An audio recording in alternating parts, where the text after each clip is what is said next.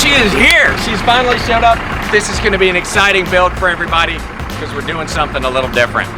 We have a 2019 Ford Escape here, and I know you're thinking, what was Matt thinking? Look at this thing. Got deployed airbags. I don't ever buy cars with deployed airbags, ever. And look at this, even worse.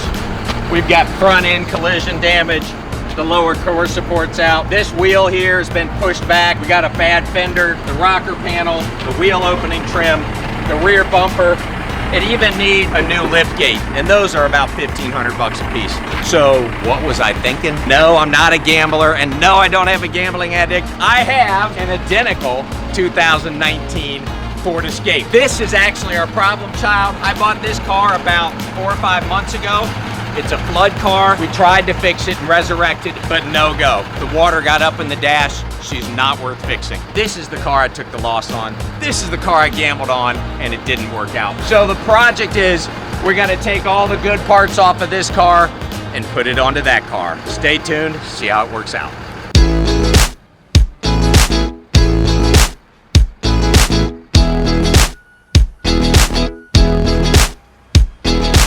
So we've got the cars in the shop. My Frankenstein Ford project has officially begun. We are taking all the parts off of this car and putting them on this car. Let me show you. We're getting the front bumper assembly, all of this, grills, the core support, radiators, rad pack, all of that we need off of here. We need this front right knee assembly because that's damaged on this car. The inside, we need the headliner and both the curtain bags, which are fine because the water line on this car was high. It was up above the seats, but it didn't get up into the headliner. So we can get those airbags and the headliner itself, of course. And then we need everything off the back of this car. We need the hatch, we need the rear bumpers, these two side panels, all of it. So, the wrecked car. You know, again, it's rough, it looks bad, but when you got the donor car, everything makes sense. Here's what we've got going on here with the front bumper. You know, it's just been taken out underneath. Your lower core support's damaged, the radiators are damaged, but we've got all of that off of that car. The fender's damaged, big dent in it, but we've got the fender off of that car. This knee assembly has been pushed back. So since we've got the whole knee, we'll just switch out the whole knee and fix that problem. We've got this headliner already torn out of this car. We've got two curtain bags that deployed down both sides of the headliner. So we've got the curtain bags out, we've got the headliner out, it's up here on top. The headliner gets creases in it when it deploys the bag, so we're gonna swap all of that from the donor car. And then back here, Phil and Joe are working on the hatch right now. We've got to swap the electronics over from this hatch to the replacement hatch because this car had more features in it than that car did. And then we're gonna get this bumper off of here, get that all swapped out. So big project, but made a lot easier since he's able to pull the donor car in right here next to it and just start swapping parts. So it's Monday morning, Wednesday?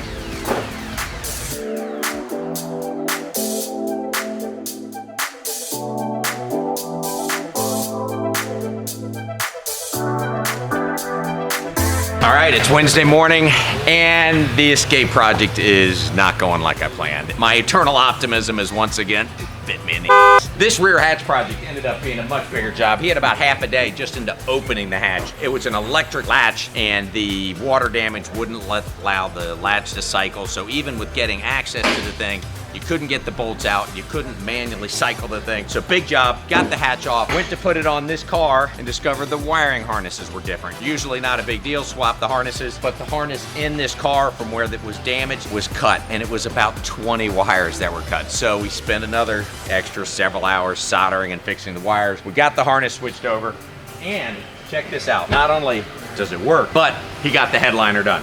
We've got the new headliner in, we've got the new curtain bags in, so that's all put back together and finished. But we do have another problem. This right here is the rear bumper wiring harness that's got all these park sensors in it. Because this car is, of course, a titanium, our bumper cover did not have the park sensors, so he's got it hung on there, but we do have to take it back off and drill some holes in there, epoxy in those sensors. And this hitch, the other car didn't have a hitch, so we're gonna need to take that hitch off so that we can get the lower access panel on there without having a big hole in the middle of it. So today, hopefully he finishes up on the back end of the car and can get back up to the front end and get that bumper and radiator and core support done. So keep your fingers crossed.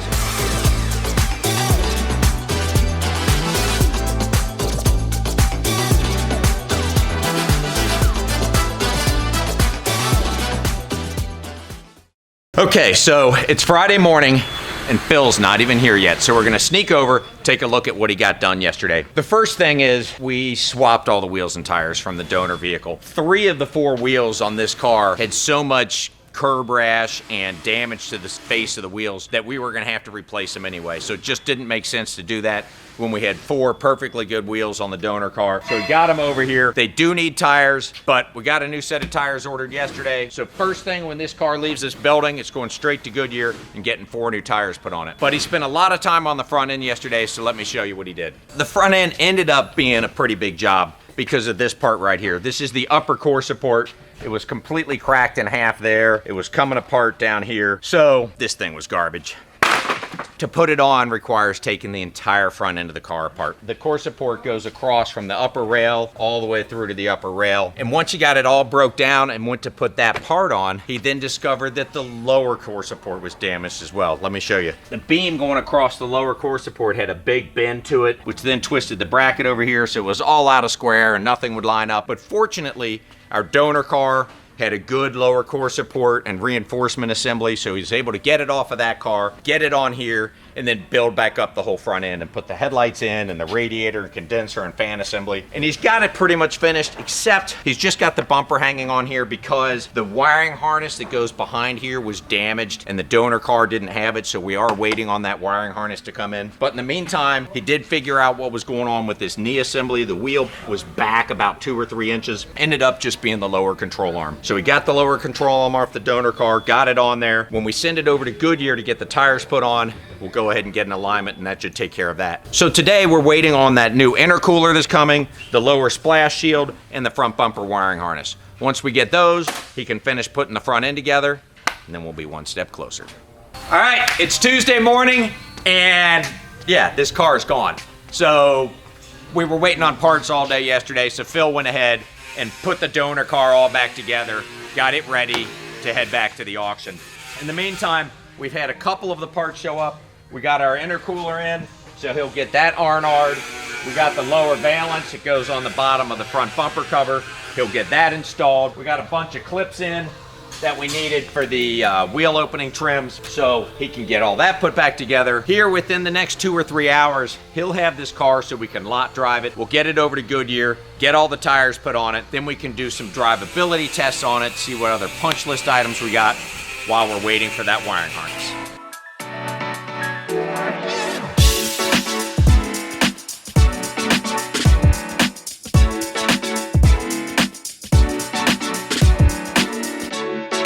Frankenford is back in the building. It has been almost a month since you guys saw me last because of this front bumper wiring harness. What a hassle. We got the wrong one in, didn't realize it till we got the car in the building, had to pull it back out. We've now got a second version of it, which actually is the right one. But what Phil's got to do is take his stepper bit here and go through and actually drill the holes in the front bumper so he can then mount all the park sensors in it, run the harness. But before we put the bumper on, we do have one other quick little issue he's got to deal with. We've got a wiring repair here where he just needs to cut these wires and get them all soldered up. Then the car's starting to go together pretty quick.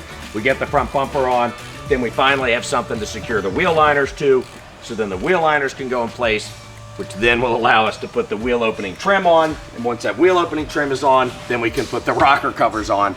So the whole front of this thing just should be back together here in the next couple hours, but we do have one other issue in the back. Let me show you. So he's got the rear hatch all tore apart because the rear defroster's not working. Once he got the panels off, he discovered that the wires that connect to the glass have actually come off. And they sell kits at AutoZone or any local supply place that reattach these wires. So we've got one of those kits coming, gets that all back together, verifies that the lift gate's working. So then by lunchtime, I'll be taking Frankenford out on the road for its first punch list.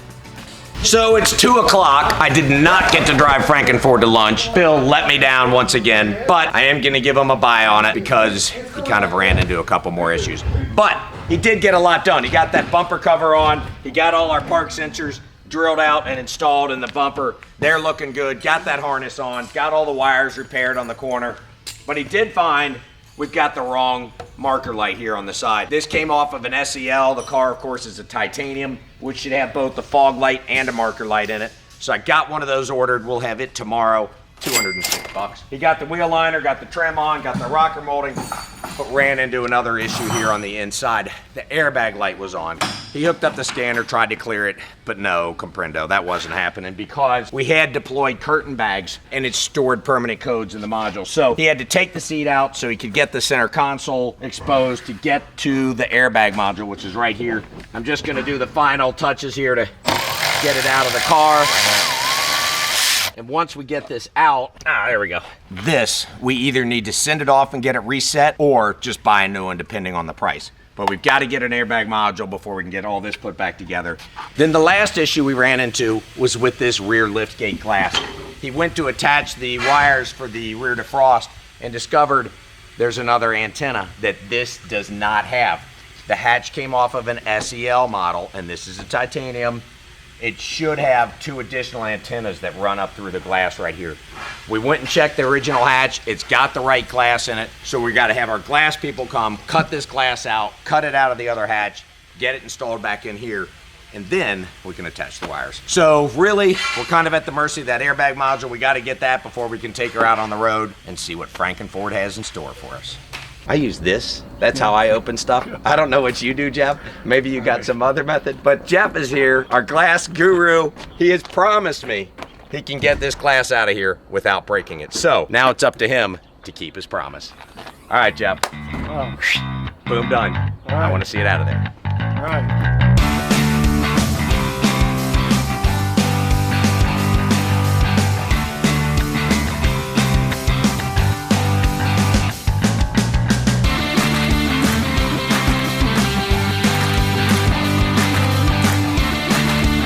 So Operation Swap the Glass, boom, done, successful.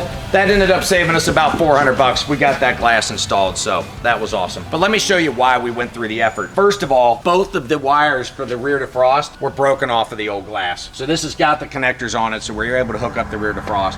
And second of all is this antenna that runs through the glass here. It goes over to this module. None of that wiring was on the old glass. So now everything's hooked up and we'll be working good. So next thing Phil needs to do, get the wiper motor installed back in it, and then he can take all these panels here, get them reinstalled on the lift gate. That should be boom done. So there's one other thing on the front of the car, let me show you. So this car is a titanium model, and our donor bumper came off of an SE model.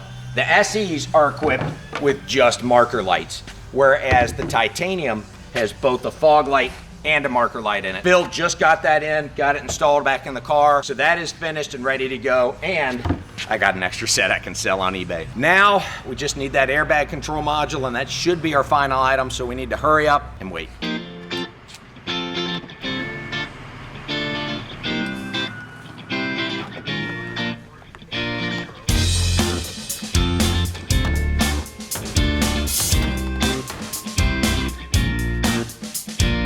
Phil came in early this morning and got working away on our Frankenford. Got some stuff done. Our new airbag control module had come in, so he had to take the driver's seat out to get access to the center console, take the center console all apart. He got the new module bolted in there, and yeah, we still had an airbag light for a couple reasons. This module has a lateral and acceleration sensor built into it, so that had to be programmed to the car. So he just finished programming it to the car, but we had an open circuit for a front crash sensor, which ended up being an easy fix. Thankfully, Phil put this core support in. There's a crash sensor on the left and the right side. This one over here on the passenger side just wasn't plugged in.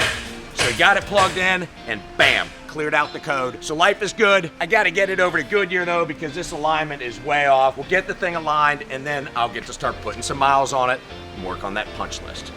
Okay, so while I was gone last week, Phil got it over to Goodyear to get that alignment. Didn't get an alignment. Ends up, the car needed quite a bit of work. The lower control arms, leading edge, were both bent. Most likely forklift damage from Copart, so we had to take them off. We got 2 new ones over here from AutoZone. He got those bolted on. That squared up the rear end so we could get the alignment on the back, but the front also had issues. Both the inner and outer tie rods on the front left wheel were bad. So he had to take those off. We got 2 new ones of those in. He got those on. He was able to get it over to Goodyear, and that time it actually aligned. So he told me, it's good to go, Matt. Take the car driving home, make us a punch list, and no. Driving it in the building, I noticed there's an error message that it's low on washer fluid. I don't know if Phil's just testing me or if he thinks I actually can't do this, but I'm gonna be the one to front line this car. Let me get some fluid. Voila, look at that. All right, let's go make sure the error message is gone. Then I'll drive it home, make a punch list on it, or not. Hopefully I don't find anything. Take it from there. Frankenford, here we go.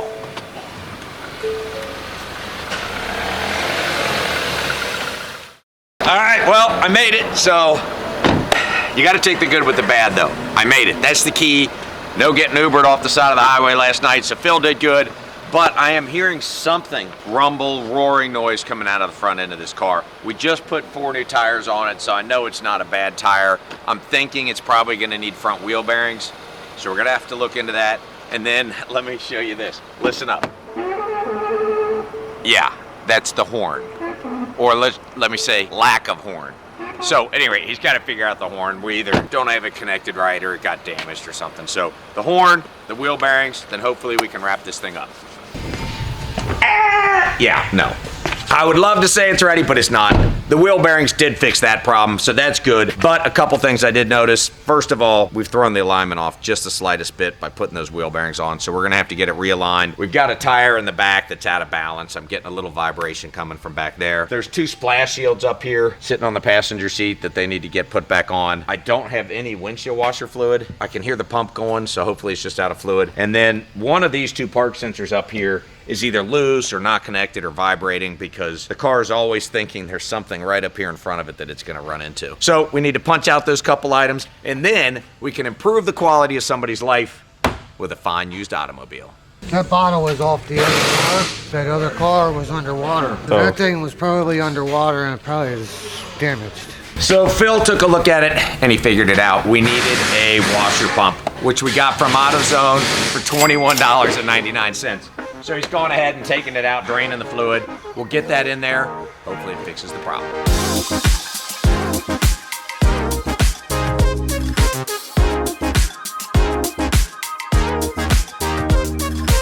All right, so Phil's got it all put back together. He's got it filled up with fluid. So let's check it and make sure that that fixed our problem. Okay, 3, 2, 1. All right, well look, that was the last item on the punch list. So this thing is wrapped up. I'm gonna go ahead and take it, park it outside for Legendary Auto Club to pick it up in the morning to get a good detail on it. And then you and I, we can go look at these crazy numbers.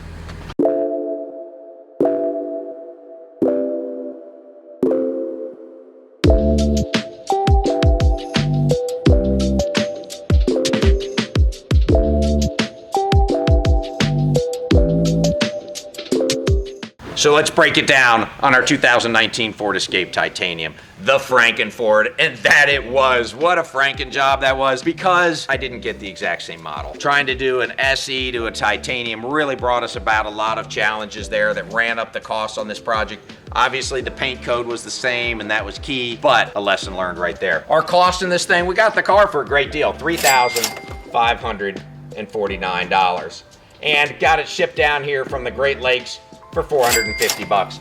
But our labor and parts added up, and they added up quick. We had $2,275 in labor and $2,200 in parts. But here's the problem. I was doing all of this to try to save myself from the $4,400 loss that I was getting ready to take on that flooded out Escape. We just took it down to Copart last week. It brought $1,100. And they took another $300 out in seller's fees. So by the time we were done, I got a check for $800, a net loss on that parts car of $3,600. Legendary did a great job cleaning up the car, $225. So all said and done, we got $13,380 into the car, which is exactly what the problem is. We've got $13,300 into a car that's worth $15,692 and has a 52-day supply, which means we're gonna put it on the market at about 77%, which means we'll be asking $11,995, and we should get something pretty close to that. It is a nice car, but look at that. That gives us a loss of $1,400. Big minus sign there. So let this be a lesson for everybody at home. This is how you lose money. You go chasing your loss. We had a car, it was a loser. I needed to cut bait and be done with it. Take my $4,000 loss on the Escape and just move on. Instead, we spend 3 months and all this time and effort trying to dig ourselves out of the hole, and all we do is end up with another loser. So that is the last Frankenstein you're ever gonna see on this channel. Thanks for watching to the end. This was another episode of Northern Kentucky Auto. I'm Matt Ryan. If you like this kind of content, be sure to like and subscribe.